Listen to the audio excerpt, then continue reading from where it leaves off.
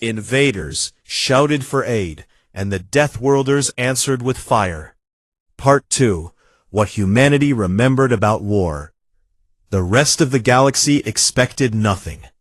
That was the truth of it. Several alien monitoring stations, the ones that quietly tracked human communications from safe distances, had picked up the unusual signal traffic coming out of Earth in the days after the broadcast was decoded. Analysts in those stations wrote careful reports. Most of those reports said roughly the same thing. Humans will argue about it, form committees, spend months debating the risks, and by the time they decide anything, the moment will have passed. The analysts were not stupid. They just did not know humans very well. 22 days after Cole Preston dropped his sandwich and hit the alarm, a fleet of 9 vessels pushed out of Earth's orbital station and turned toward the stars. They were not the largest ships humanity had ever built. They were not the newest. They were the ones that could be made ready in 3 weeks, fueled, armed, and crewed without waiting for anything or anyone. The man standing on the bridge of the lead ship was Rear Admiral Danny Archer. He was not a tall man, and he was not a young one. He had a wide, flat face and short gray hair, and the kind of eyes that looked like they had already seen the worst version of everything, and were no longer surprised by any of it. He had commanded ships during the Martian suppression campaigns, which had been ugly and loud and nothing like the training manuals. He had come home from those campaigns with a bad knee, a reputation for getting things done, and a personal philosophy that he had never written down, but that everyone around him understood clearly. If something is trying to kill your people, you kill it first, harder and louder. He stood at the main window of the bridge and looked out at the stars as the fleet moved into formation. Behind him, his crew was doing what crews do, running checks, reporting numbers, moving through the routines that made everything feel under control. He let them work. He did not make speeches. He trusted the people around him, and they trusted him. And that was the kind of relationship that worked better than any speech. His tactical officer was Lieutenant Commander Nina Reese. She was younger than Archer by about 15 years, with dark eyes and a habit of chewing on the end of her stylus when she was solving a problem. She had volunteered for the mission before orders even reached her station, submitting the paperwork so fast that her commanding officer had called her to ask if she was sure. She said she was sure. She did not explain why, but the people who knew her history understood. Her grandmother had been on one of the 2 human colony ships that the Vathori had captured, decades ago. An incident that Earth's government had never officially talked about in public. An incident that people like Nina had grown up knowing about anyway. The way you grow up knowing certain things in certain families. Quietly, with weight. She did not hate the Vathori. She had thought about it for a long time, and decided that hate was not the right word for what she felt. What she felt was something more like clarity. She understood that the enemy of an enemy was not automatically a friend. But she also understood that people being consumed alive by something monstrous was a problem that mattered, regardless of who those people were. She sat at her station and worked on firing solutions, and she did it very well. The fleet also carried a company of Marines under the command of Captain Eli Navarro. Eli was from Texas, solidly built, with a calm face and large hands that moved carefully and precisely when he worked. He had done 2 tours in the asteroid belt, which was not a place most people survived once, let alone twice. The belt had taught him things that no training program covered. How to operate when communications were cut. How to patch a suit in a vacuum with your fingers shaking. How to keep moving when you had already decided you were probably not going home. His unit had a reputation. Other Marine units called them with a mix of respect and discomfort, the people you send in last because nothing else worked. Eli's people did not mind the reputation. They had earned it. The fleet's intelligence officer was Amy Voss. She was quiet, organized, and had been working on alien signal analysis for 6 years before this mission. She wore her hair pulled back tight and kept her reports short, because she believed that most problems became worse when too many words were added to them.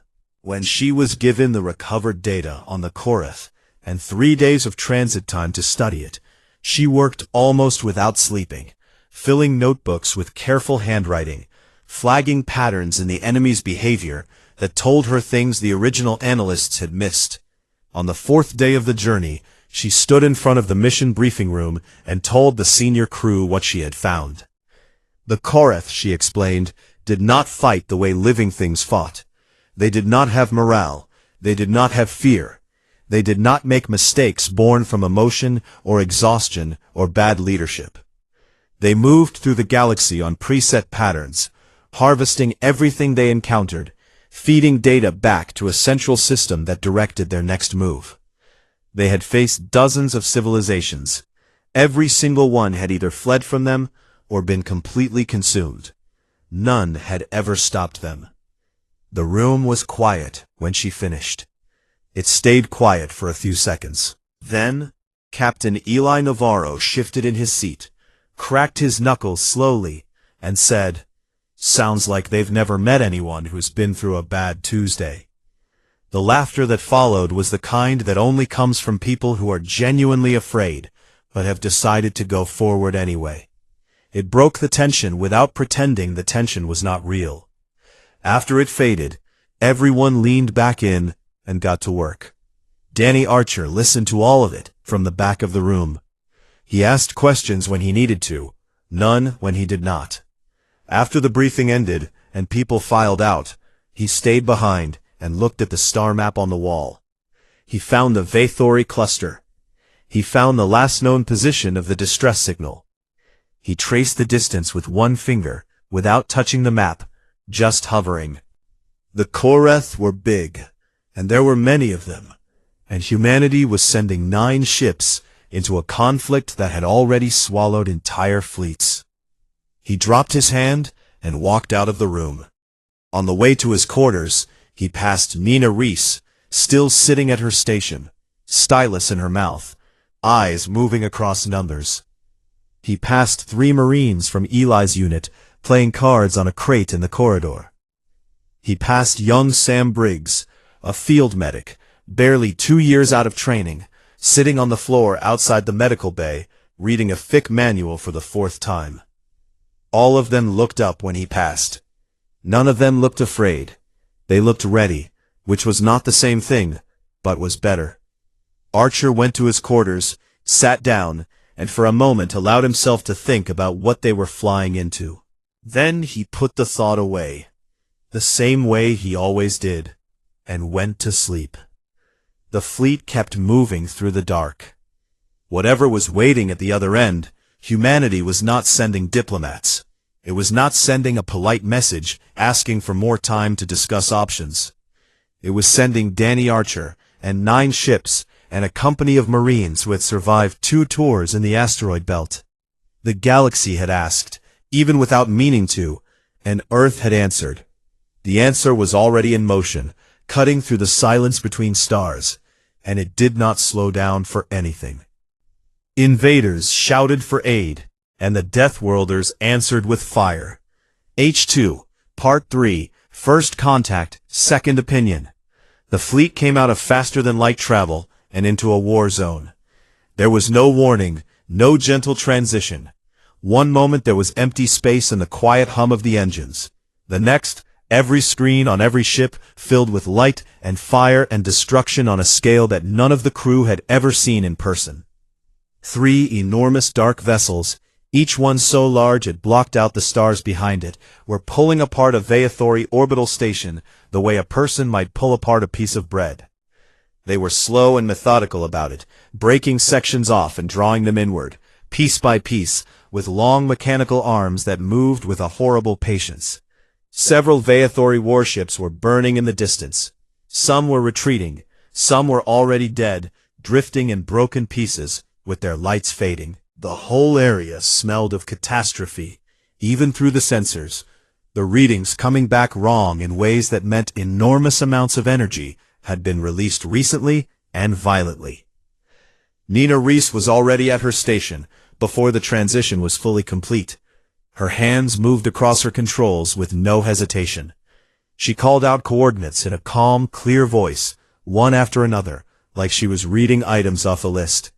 She had been building these firing solutions for 3 days. She knew them. She was ready. On the Sovereign Remnant, Ixarat Sol had barely any power left in his communication system. His crew was watching the sensor readings with exhausted eyes when a new contact appeared, then another, then 7 more, all in formation, coming in fast from a direction he had not expected. His communications officer told him the new contacts were broadcasting on an unfamiliar frequency. The translator was working on it. She looked up from her screen a moment later, with an expression that Ixarat Sol had never seen on her face before. He asked what it said. She read it out loud. "This is Rear Admiral Danny Archer of the Earth Defense Fleet. We are responding to your distress signal. Identify friend or foe positions. We are engaging immediately." Ixarat Sol had heard of humans. Every spacefaring civilization had. They were listed in the galactic databases under a warning label, filed somewhere in the category of things best avoided. He had assumed, in the way that powerful people sometimes assume things without checking them, that the warning was an exaggeration. That the stories were the kind of things smaller, weaker species told each other to make themselves feel better about the universe. He was still thinking about this when the first human ship opened fire. It hit one of the mechanical arms of the nearest Korath harvest ship at a joint, where the structure was weakest. The arm buckled. The Korath vessel stopped pulling apart the station and turned its attention toward the new contact. It was a very large machine turning to look at something very small. The small thing did not flinch. Nina Reese ran the targeting from the bridge, her voice steady and unhurried, calling out adjustments in real time. What she was doing was not simply shooting, she was pushing. Each firing solution was designed not just to damage, but to move, to force the 3 enormous vessels into positions relative to each other that reduced their ability to coordinate. She had studied the Korath movement patterns from Amy's data, and found something important. They responded to threats in predictable ways, pulling together in a defensive cluster when pressured from certain angles. She was hurting them, slowly, while they still thought they were the ones in control. The 2 human carrier platforms launched their fighter units in tight groups, using the debris field from the broken station as cover. It was dangerous flying, and 3 fighters were lost in the first pass. The pilots of the remaining fighters did not hesitate.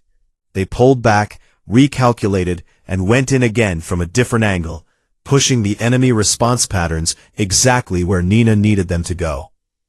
Then Eli Navarro's Marines went in. The rapid entry pods were small, fast, and almost impossible to track against the background noise of the battle. 12 pods launched from the main carrier, heading directly for the hull of the nearest harvest ship. The Korath systems tracked them, but did not prioritize them. They were too small to seem threatening. That was the point. Inside the pods, Eli Navarro's unit sat in their seats and waited. They had done this before, not against a target this size, but the mechanics were the same. You found the hull. You cut through it. You went inside and you did what needed to be done. Simple. Uncomplicated. Just a bad Tuesday. The pods hit the hull. Cutting tools engaged.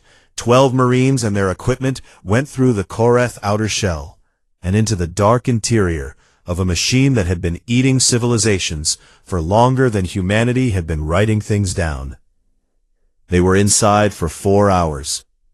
What they found in there was not creatures or soldiers.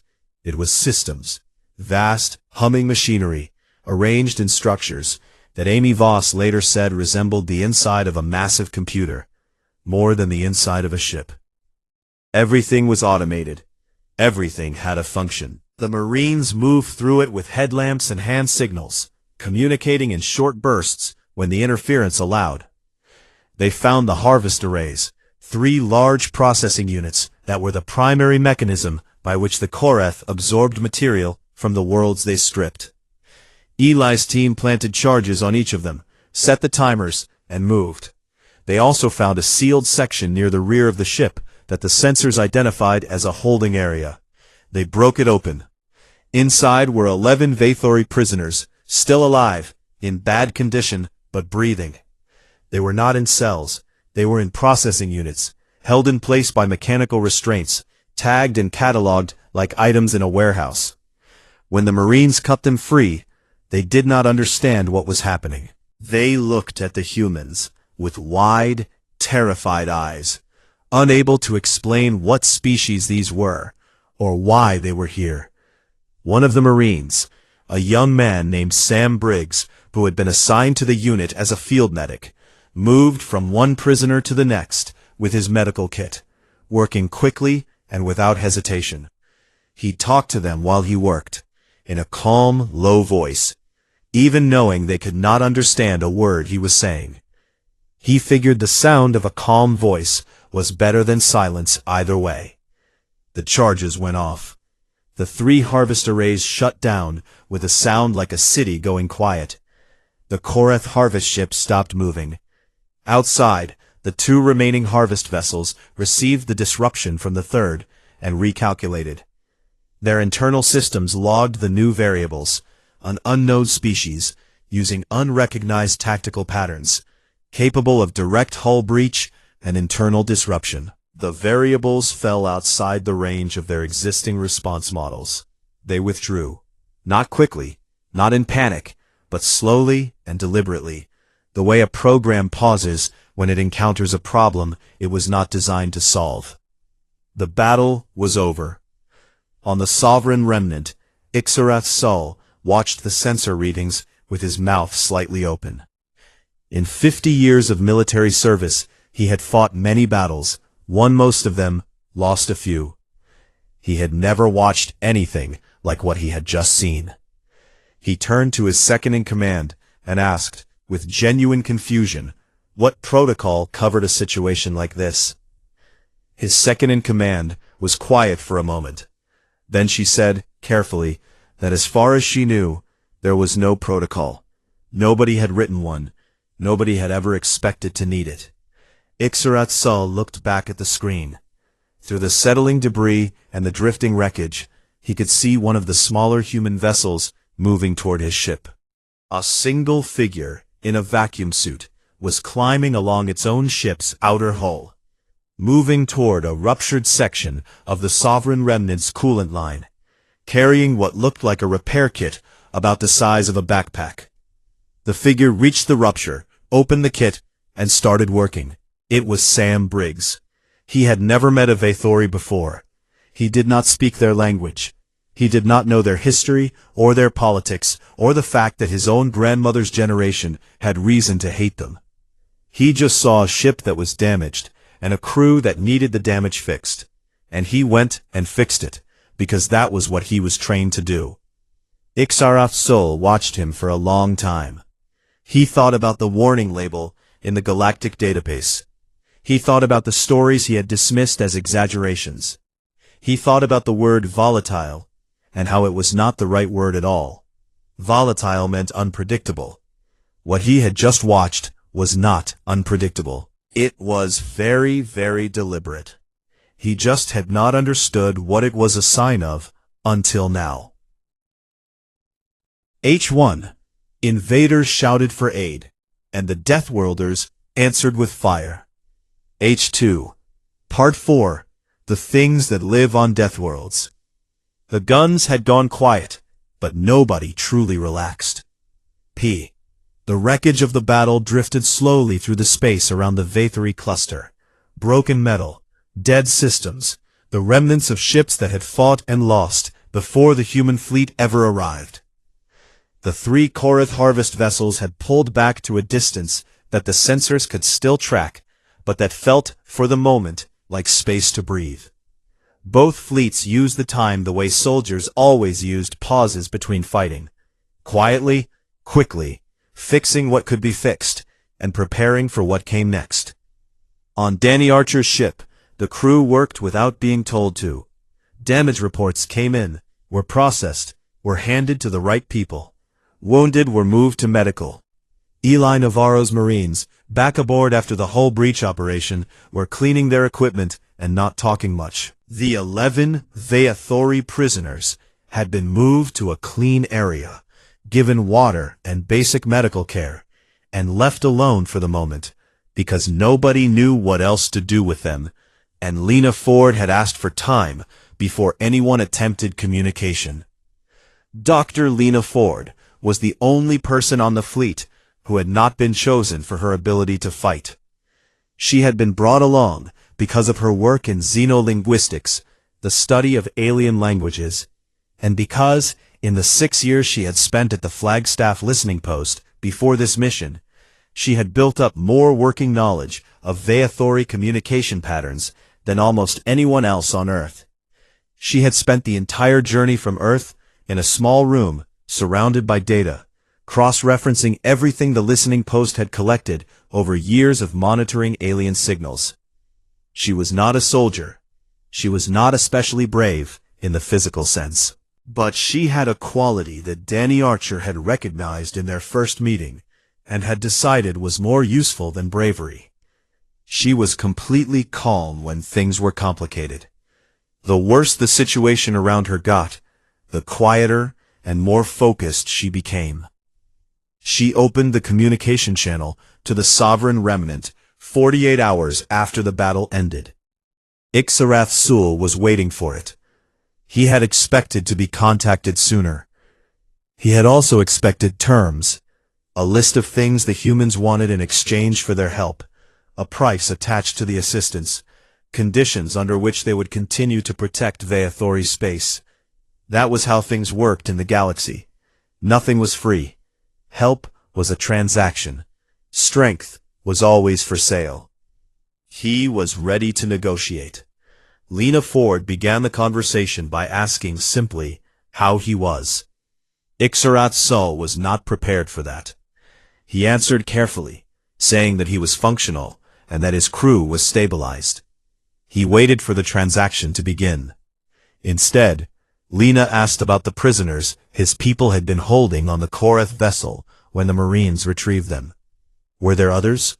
Were there records of where they had been taken from? Ixarath Sul answered, because the question was reasonable, and because something in her manner made lying feel like the wrong choice. There were records, yes. The Korath kept very good records of everything they took. The prisoners had come from a colony station near the Third World in the cluster, civilian workers mostly, and their families had been notified that they were dead. She said she would pass the information to the Marine unit, so they could work on getting the survivors back to where they belonged. Ixarath Sul waited again for the price to arrive. It did not arrive. He finally asked the question directly. He asked why the humans had come, what they wanted in return, what the terms of the arrangement were. He kept his voice steady, commander to commander, one powerful being to another, because he was Vaethori, and showing need was not something his culture had words for. Lena Ford was quiet for a moment before she answered. When she spoke, it was in slow, careful Vaethori, with the occasional pause when she was searching for the right word. She told him there were no terms. They had received a distress signal from a people who were being killed, and they had come to help. That was the complete explanation. There was no second layer beneath it. Ixarath Sul ran her words through his understanding twice. He asked if something was being lost in translation. She said gently that she did not believe so. He sat back in his chair. He looked at the screen for a while. Then he asked a question he had been circling around since he first watched the human fleet arrive. Why would a species do that? Come into a fight that was not theirs, risk their own people, for strangers? Lena thought about how to answer. She was not the kind of person who gave grand speeches. She preferred simple things said carefully. So she told him, in simple language, a few things about where humans came from, She told him that their world was not a gentle place. Their sun was the right distance away, yes, and they had water and air, yes.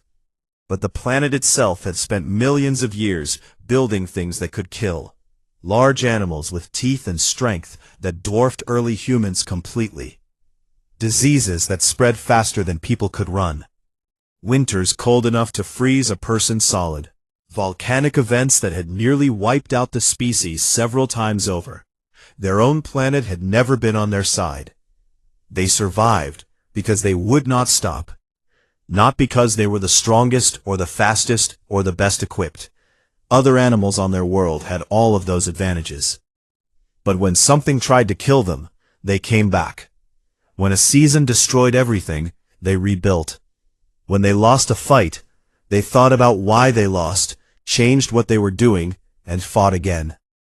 They had been doing this for so long and so consistently that it had become the central feature of what they were. She also told him that they had a habit, sometimes a foolish one, of standing between things that were being destroyed and the things that were destroying them. Not because it was safe, but because watching something be consumed, when you had the ability to intervene, was something most humans found difficult to live with afterward. Ixarath's soul listened to all of this without speaking. Then he said, slowly, "We enslaved 2 of your vessels, decades ago. Your people know this." Lena Ford said, "Yes, we know." He waited. She said, "We came for the people being eaten alive. We'll have the other conversation when this one is finished." There was a silence on the channel that went on long enough that Ixarath's soul's communications officer looked over at him, wondering if the connection had been lost. He waved her back to her station. He had fought many enemies. He had negotiated with many powers. He had never, in all of it, encountered anything quite like this response. His mind kept reaching for the right category and not finding one. Meanwhile, across the fleet, Amy Voss was going through the data Eli Navarro's Marines had pulled from the Koreth vessel. She had been doing this for most of the 48 hours since the battle, sleeping for only a few of them, filling notebook pages and running searches through her database. She found something on the second day that made her stop completely and stare at her screen. She brought it to Danny Archer. The Koreth were not a species. They had never been a species.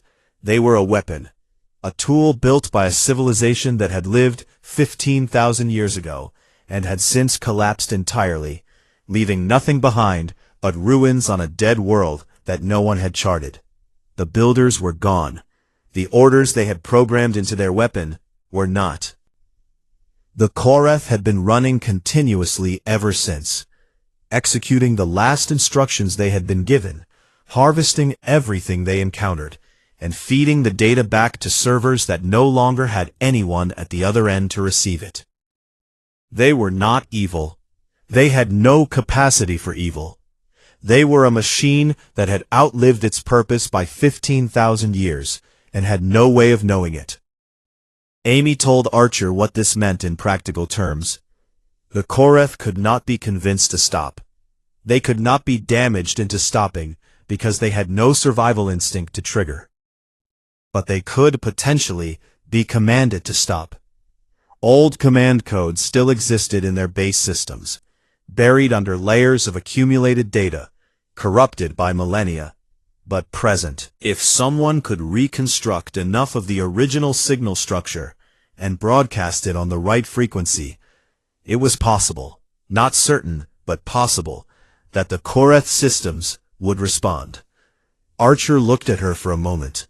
He asked if she could build such a signal. She told him she needed time, the recovered data, and help from the signal engineers on the carrier platform. He gave her all 3, immediately, without hesitation. Then, he asked Lena Ford to go back to Ixarath Sul with one more question. Did the Vathori archives contain any records from the civilization that had built the Koreth? Any signal data? Any recovered text? Anything at all? Lena opened the channel again. Ixarath Sul, to his own surprise, found himself answering honestly and without delay. They had records, old ones, incomplete, but they had them. Invaders shouted for aid, and the Deathworlders answered with fire. Part 5. Fire given back to the dark. The Koreth came back on the 6th day. There was no warning. The sensors picked them up at the edge of the cluster, moving in formation, slow and steady, and completely without hurry. 7 harvest ships this time, the largest formation any living species had ever recorded in one place.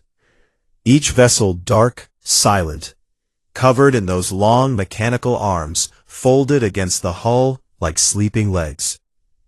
They moved the way a machine moves when it is simply doing what it was built to do, without anger, without strategy, without any awareness that the things in its path had feelings about what was happening. They were heading for the Vithori homeworld. Danny Archer received the sensor report at 0400 ship time. He read it once, put it down on his desk, and got dressed. By the time he reached the bridge, most of his senior crew was already there. Nobody had to be called twice. Nobody asked for clarification. They had all seen the same numbers, and the numbers were clear enough. He stood at the front of the bridge and looked at the star map. 7 harvest ships against 9 human vessels, most of them already carrying damage from the first engagement, and the surviving Vithori fleet, which was brave and willing, but was not in condition to be the deciding factor in anything. He did not present his crew with the odds. He did not do that because he had learned over many years of doing this that odds were only useful when they showed you something you did not already know. Everyone in that room could do the math. They had already done it. What they needed from him was not a calculation. It was a plan. He told them what they were going to do, step by step, in order, in a voice that was completely calm, like he was describing something he had done before and expected to do again, without much difficulty. Step 1 was Eli Navarro. Eli's Marines, along with a volunteer unit of Vithori soldiers, 11 of them, led by a scarred young officer named Veth, who had been one of the prisoners recovered from the harvest ship, and who had asked, through Lena Ford's translation, to be part of whatever came next, would board the 2 smallest Koreth vessels, using the same rapid entry pod approach from the first engagement. Their mission was to get deep into the ship's core systems, and manually install signal emitters that Amy Voss had spent the last 60 hours building and calibrating. It was the first joint alien-human ground force in recorded history. Nobody made a ceremony of it. Eli shook Veth's hand. The Vithori officer gripped his arm in return, in what his people used as the equivalent gesture, and they loaded into the pods and waited. Step 2 was Amy Voss. From the bridge of Archer's flagship, she would begin broadcasting the reconstructed command code on the recovered Koreth frequency the moment the first pods made hull contact. The code was imperfect. She was honest about that. 15,000 years of data corruption had eaten through large portions of the original signal structure, and what she had rebuilt was more of a careful guess than a precise replica. It would not stop the Koreth, but it would confuse their coordination, creating small gaps and delays in their response patterns, buying the seconds that Nina Reese would need to do her work. Step 3 was Nina Reese. She had a new firing solution. She had been working on it since the moment Amy told her what the command code might do. If the Koreth coordination became uncertain, even briefly, even partially, there was a window in which their formation could be pushed. Not fought, pushed, herded the same way she had herded them in the first battle, but this time on a larger scale, forcing all 7 vessels into a tighter cluster, where the signal from the emitters would reach all of them simultaneously at maximum strength. Step 4 depended on whether steps 1 through 3 worked. Archer told his crew that step 4 would depend on the people inside the ships. He said it simply and without decoration, because there was no decoration that fit. If Eli Navarro's unit and Veth's soldiers could get the emitters installed and working, before the Korath systems located and destroyed them, Amy's full command signal would broadcast from inside all 7 vessels at once. The shutdown order, old, corrupted, drifting in the Vathori archives for 10,000 years, would be sent directly into the Korath core systems from the inside. Nobody could tell him for certain it would work. Amy gave it a reasonable chance. She did not give him a number, because honest people did not always have numbers to give. He said that was good enough, and the operation began.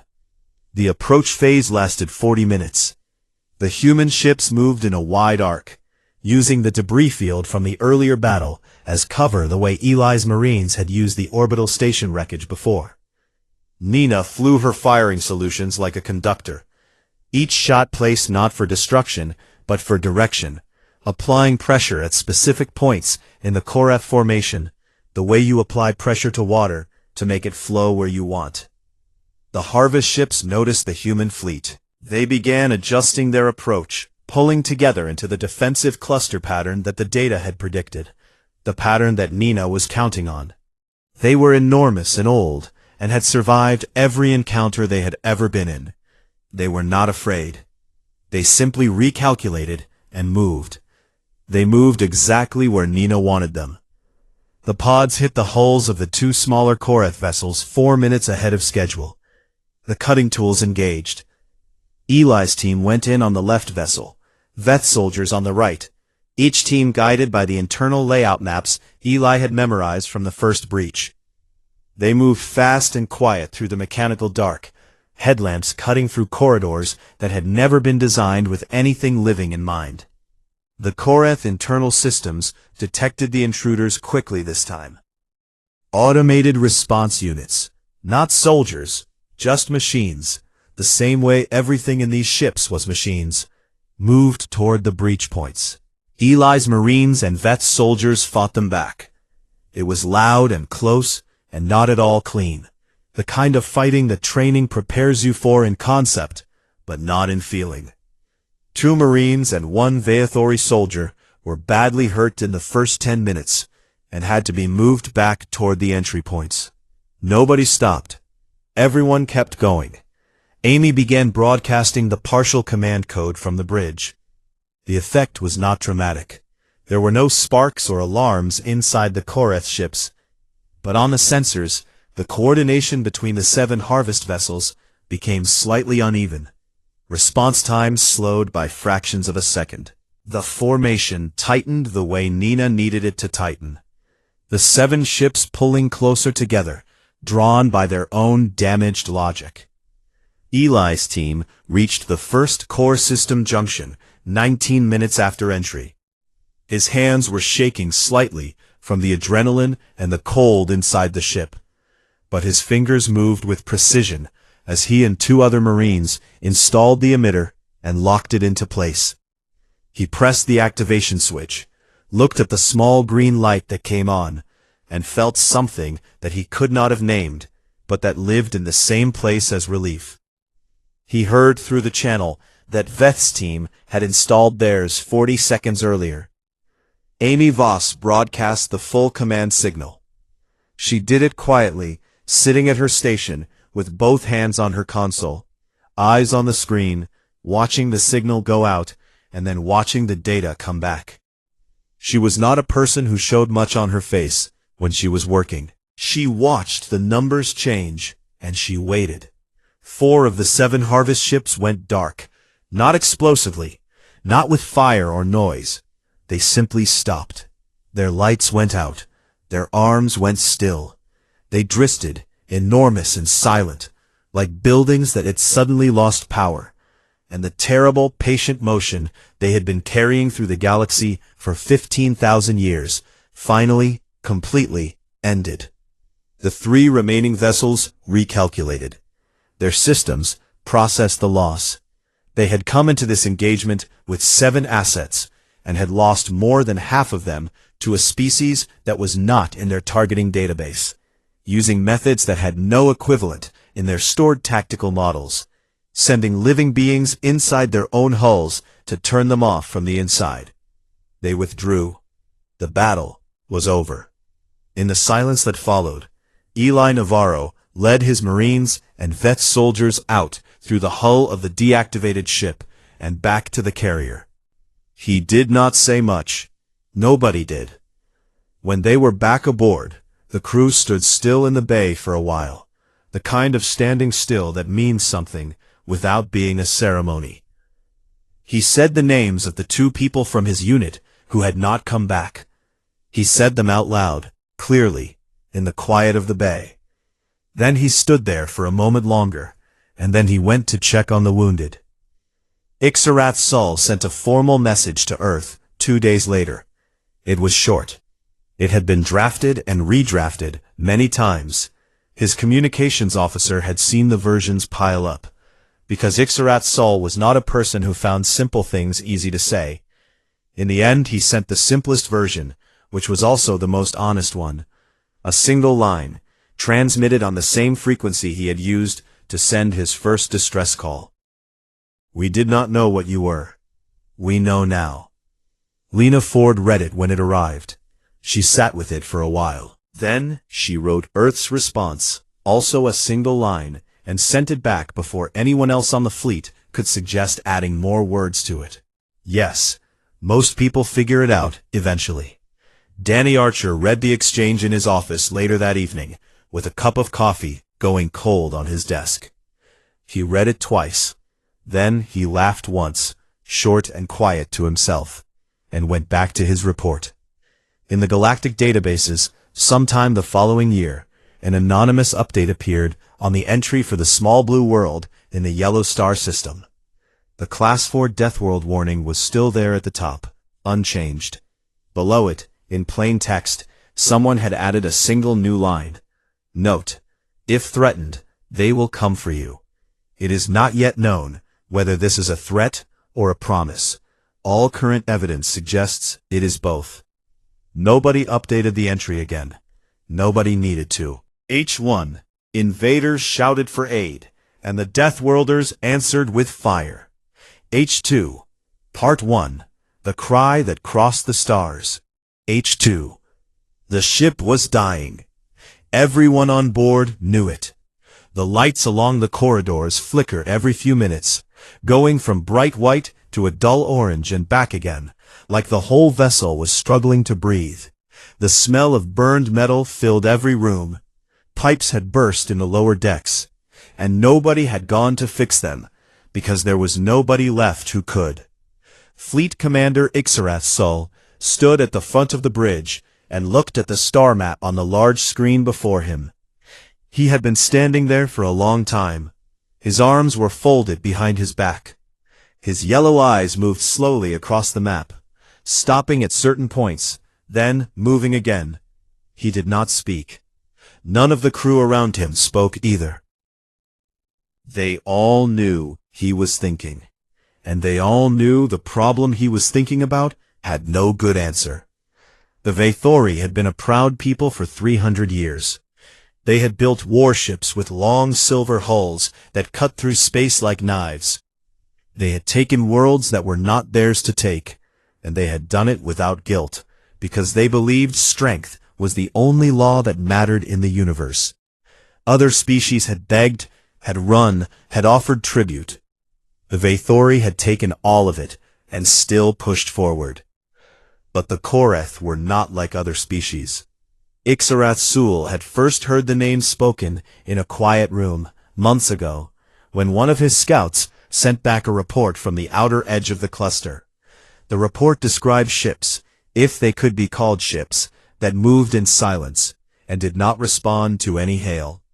They were enormous, the size of small moons, dark, and covered in structures that looked like teeth.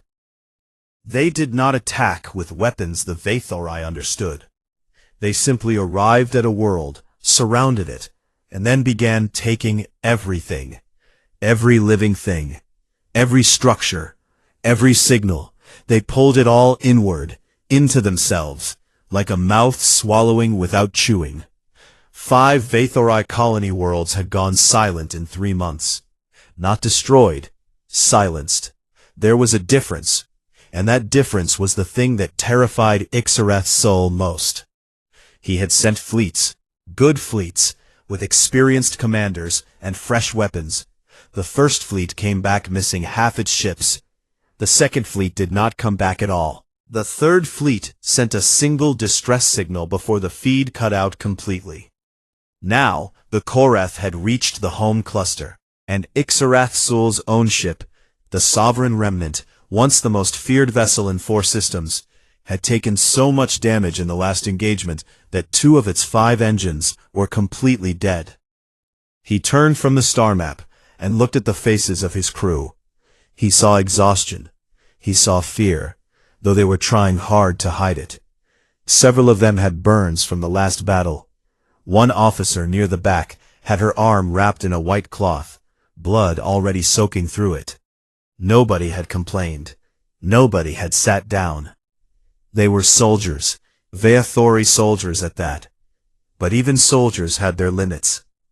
Ixarath-Sul walked slowly to a side console and pulled up a file his war council had already rejected 3 times. The file was not long.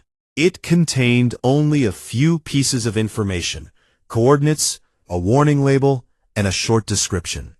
He had read it so many times he did not need to read it again. But he read it anyway.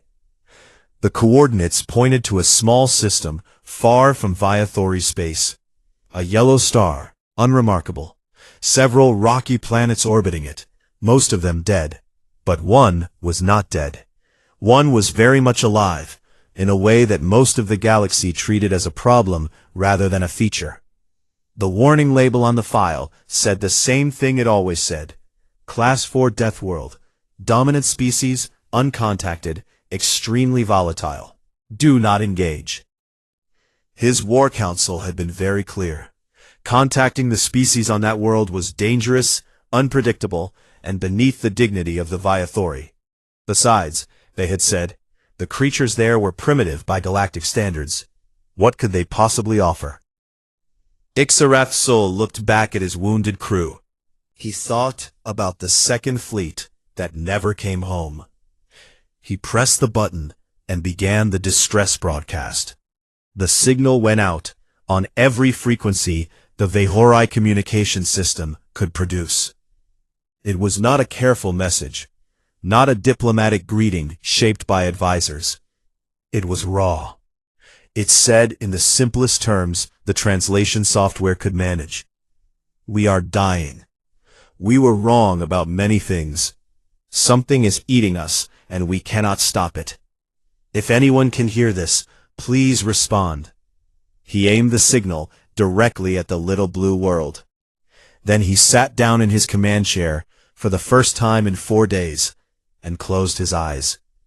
Cole Preston was eating a cold sandwich when the alarms went off. He had been at the Deep Space Listening Post outside Flagstaff for 2 years, and in those 2 years, nothing had ever triggered all 4 alarm systems at the same time. The post was a long, low building, half buried in the desert, surrounded by antenna arrays that pointed at the sky like thin silver fingers. Most days, Cole sat at his desk, drank too much coffee, ran checks on the equipment, and read. It was a quiet job. It was supposed to be a quiet job. He dropped his sandwich and spun his chair to face the main screen. Data was coming in fast. Lines of numbers scrolling down so quickly he could barely read them. He pulled up the signal source and stared at it. Then he pulled it up again, because he thought he had made a mistake. He had not made a mistake. He picked up the internal phone and called his supervisor. Dr. Lena Ford answered on the second ring, her voice calm and professional, even at that hour. Cole told her what the screens were showing. There was a pause on the other end of the line. Then she told him not to touch anything, that she was on her way. She arrived in 11 minutes. She stood behind Cole and looked at the screens for a long time without saying a word. She was a tall woman with short brown hair and reading glasses that she always pushed up to the top of her head when she was thinking hard. Right now, they were all the way up. She picked up the phone and called her supervisor. Within 6 hours, the signal had been partially decoded. It was not a greeting, It was not a warning. It was not a probe testing their frequencies for a response. The people working in that small building in the Arizona desert went very quiet as they understood what they were reading. It was a scream from the other side of the sky. By morning, the decoded message had reached Washington. By noon, a general named Roy Carter was standing in a room deep inside the Pentagon, leaning over a table covered in star maps and satellite data and printed pages of signal analysis. He looked at the coordinates. He looked at the warning label that his people had translated from the alien file. He read it twice. Then he straightened up, turned to the people in the room, and said in a low, even voice, "Get me a ship." Nobody in that room laughed. Nobody said it was impossible. They all just nodded and got to work. Outside, the Arizona desert was still and hot, and completely silent. Above it, the stars did not know yet what they had started.